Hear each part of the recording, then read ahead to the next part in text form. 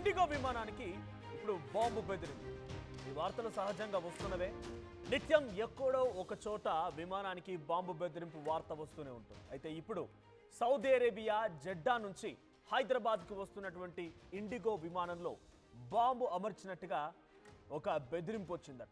విమానంలో బాంబు ఉందని మెయిల్ రాశారట ఎవడో ఒక దుండగుడు. సమాచారం వెంటనే అందుకున్నటువంటి విమాన సిబ్బంది ముంబై ఎయిర్పోర్ట్కి ఆ విమానాన్ని దారి మరలించారు. సౌదీ నుంచి హైదరాబాద్ వైపుగా వస్తోంది. సౌదీ జెడ్డా నుంచి హైదరాబాద్ వైపుగా వస్తున్నటువంటి ఇండిగో విమానం ఇప్పుడు బాంబు బెదిరింపుకు గురవడంతో వెంటనే దాన్ని ముంబై ఎయిర్పోర్ట్లోకి ల్యాండ్ చేశారు. సో బాంబు స్క్వాడ్తో పోలీస్ ఎయిర్పోర్ట్ సెక్యూరిటీ సిబ్బంది తనిఖీలు చేస్తున్నారు. సో బాంబు స్క్వాడ్తో ఆ ఎయిర్పోర్ట్ ముంబై ఎయిర్పోర్ట్ దగ్గర ఇండిగో విమానంలో తనిఖీలు జరుగుతున్నాయి. సో ఈ మధ్య కాలంలో బాంబు బెదిరింపులు చాలా అధికమైపోయాయి.